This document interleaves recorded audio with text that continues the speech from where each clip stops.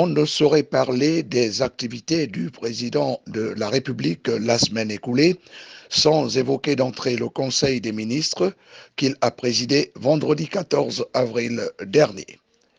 Ali Bongo Ondimba, qui a été félicité par le gouvernement pour son engagement constant dans le sens de l'amélioration des conditions de vie des populations et du développement du pays, tel que stipulé dans le plan d'accélération de la transformation PAT, a, avec l'équipe d'Alain-Claude Billet-Binzé, participé à l'adoption d'importants textes législatifs et réglementaires. Le ministère de l'Intérieur a émis avec avis favorable un texte portant dispositions communes à toutes les élections politiques. Ce texte a été modifié et complété pour adaptation du code électoral avec les recommandations consensuelles issues de la dernière concertation politique concernant la révision du code électoral sur certains points. Réduction de la période prévue pour la révision de la liste électorale et possibilité d'enrôlement sur les listes électorales, entre autres. Le projet autorisant la ratification de la convention portant création de l'Organisation pour les aides à la navigation maritime signée le 26 janvier 2022 à Paris, porté lui par le ministère des Affaires étrangères, a également été adopté.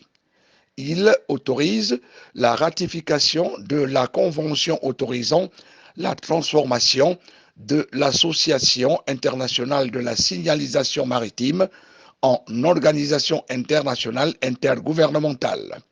But recherché, permettre de disposer d'une meilleure capacité juridique d'action, l'évacuation sanitaire sur toute l'étendue du territoire national.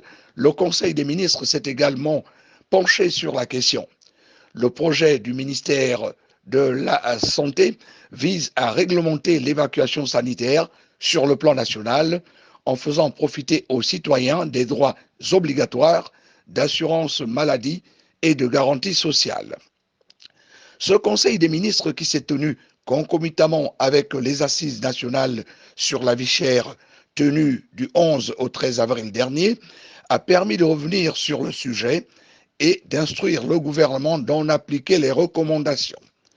Enfin, le ministère de l'Énergie et des Ressources hydrauliques a vu la prise en compte de sa communication relative à la proposition de transfert de compétences aux collectivités locales de la gestion des ouvrages hydrauliques et électriques des localités isolées.